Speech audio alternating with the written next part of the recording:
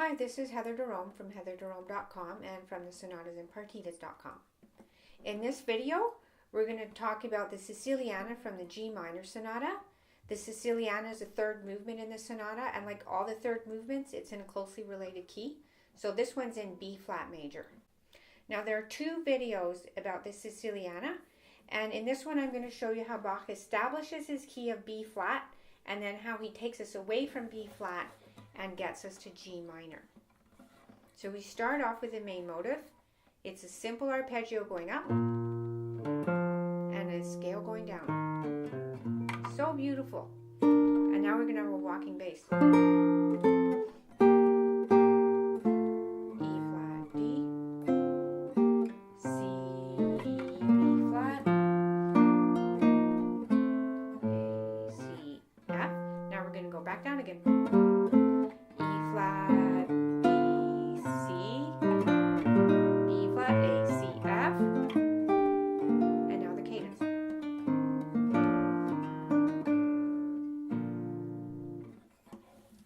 So this is an interesting cadence.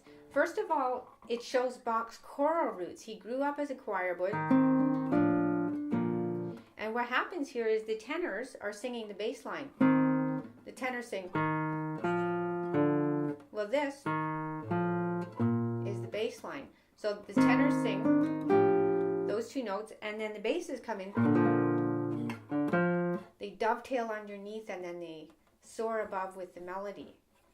The other thing about this cadence that's very unusual is that it's not 5-1. That's very unusual for Bach. Some people think it's actually a mistake. There are two sources from the day, the one that we call source C and source D. They both have this, a C instead of a D. They have this.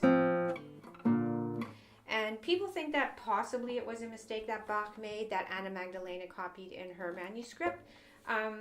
However, I don't think so, because Couperin and Handel actually used that very same cadence. Couperin used it several times in his keyboard works, Cossack, and Handel used it in several of his operatic arias as well.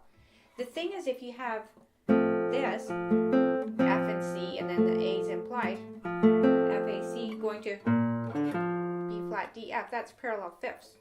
So I don't think that's what Bach intended.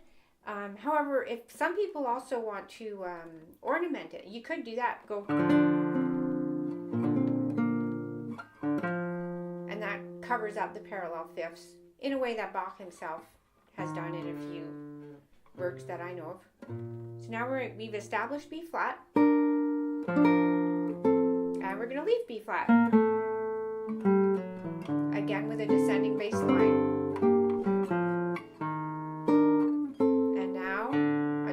Pedal to G minor. So from now on, everything that's happening is to get us to G minor. Now what's happening here? Bach just has those two notes. I like to play an A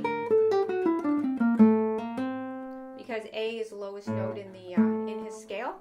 A lot of times the lowest note is the implied bass note. People could also play a full F7 chord. Bach has E flat and C, so that's the 7th and the 5th. And later in the same piece, he has E flat and C down an octave for his final cadence. And so that's definitely, you can see it in the other video, it definitely implies the cadence. So it could be that, and then your bass would be F, F sharp, G.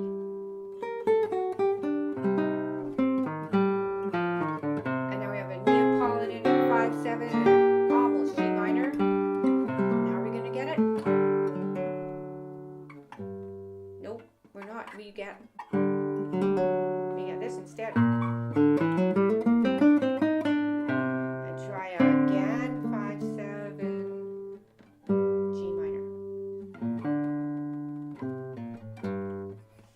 So to get to G minor from the time we have that dominant pedal, Bach, that was Bach's fourth stab at the cadence. The other three were just either elided, a deceptive cadence, or just such a weak cadence that it just tumbled over it. And so when we finally arrive at G minor, we know we're here.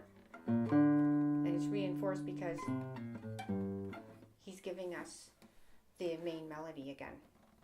So if you want to see how he gets from G minor back to the home key of B flat, watch the next video. It's very interesting, and it's interesting what happens also after he arrives home. It's a wonderful piece, the Siciliana, very deceptively simple in my opinion. So let us know what you think by commenting below.